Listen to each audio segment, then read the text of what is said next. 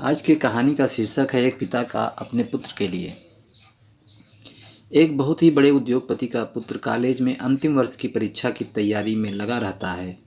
तो उसके पिता उसकी परीक्षा के विषय में पूछते हैं तो वो जवाब में कहता है कि हो सकता है कॉलेज में अव्वल लाऊं। अगर मैं अव्वल लाया तो मुझे वो महंगी वाली कार ला दोगे जो मुझे बहुत पसंद है। तो पिता खुश होकर कहते हैं क्यों नहीं, अवश्य ला दूंगा। ये तो उनके लिए आसान था, उनके पास पैसों की कोई कमी नहीं थी। जब पुत्र ने सुना तो वो दो गुने उत्साह से पढ़ाई में लग गया।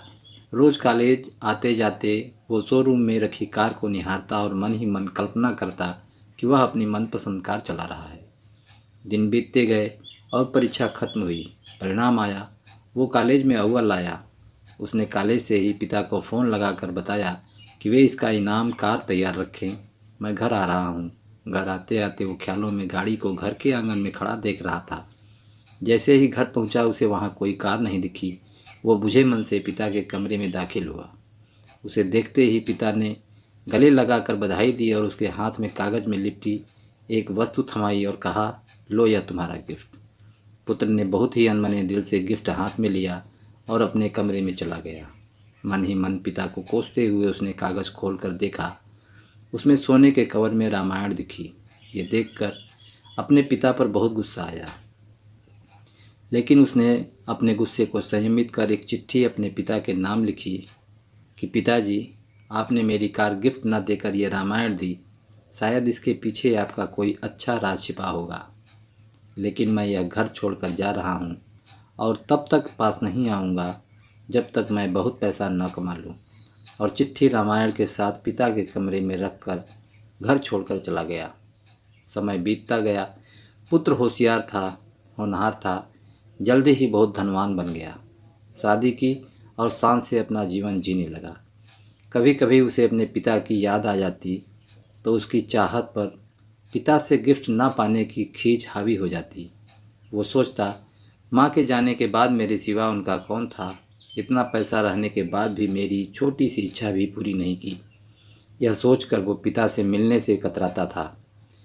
एक दिन उसे अपने पिता की बहुत याद आने लगी। उसने सोचा, क्या छोटी सी बात को लेकर अपने पिता से नाराज़ हुआ, अच्छा नहीं हुआ। ये सोचकर उसने पिता को फ़ोन लगाया और बहुत दिनों बाद पिता से बात कर रहा हूँ, ये सोचकर धड़कते दिल से रिसीवर थामे खड़ा रहा। तभी सामने से पिता के नौकर ने फ़ोन उठाया और उसे बताया कि मालिक तो 10 दिन पहले स्वर्ग सिधार गए और अंत तक तुम्हें याद करते रहे और रोते हुए चल बसे। जाते जाते कह गए कि मेरे बेटे का फ़ोन आया तो उसे कहना कि आकर अपना व्यवसाय संभाल ले। तुम्हारा कोई पता नहीं होने से तुम्हें सूचना नहीं दे पाए। यह जानकर पुत्र को गहरा दुख हुआ और दुखी मन से अपने पिता के घर रवाना हुआ। घर पहुंचकर पिता के कमरे में जाकर उनकी तस्वीर के सामने रोते हुए रूंधे गले से उसने पिता का दिया हुआ गिफ्ट रामायण को उठाकर माथे पर लगाया और उसे खोलकर देखा।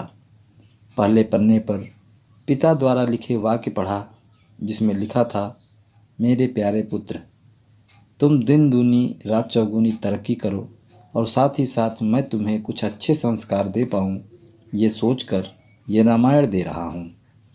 पढ़ते वक्त उस रामायण से एक लिफाफा सरक कर नीचे गिरा, जिसमें उसी गाड़ी की चाबी और नगद भुगतान वाला बिल रखा हुआ था।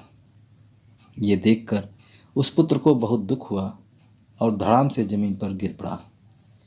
मेरे मित्रों, हम हमारा मनचाहा उपहार हमारी पैकिंग में न पाकर उसे अनजाने में खो देते हैं और बाद में पछतावे के अलावा कुछ नहीं मिलता।